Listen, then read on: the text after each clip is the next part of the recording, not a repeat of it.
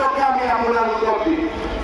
Second instalment 25,000 টকা আৰু 25,000 টকাটো যদি প্ৰথমতে যি কামত খৰচ কৰিলে তাতে যদি আৰু ভালকৈ 25,000 টকা খৰচ কৰে 3 বছৰৰ ভিতৰত আমি আপোনালোকক আবার 50,000 টাকা আমি দিব।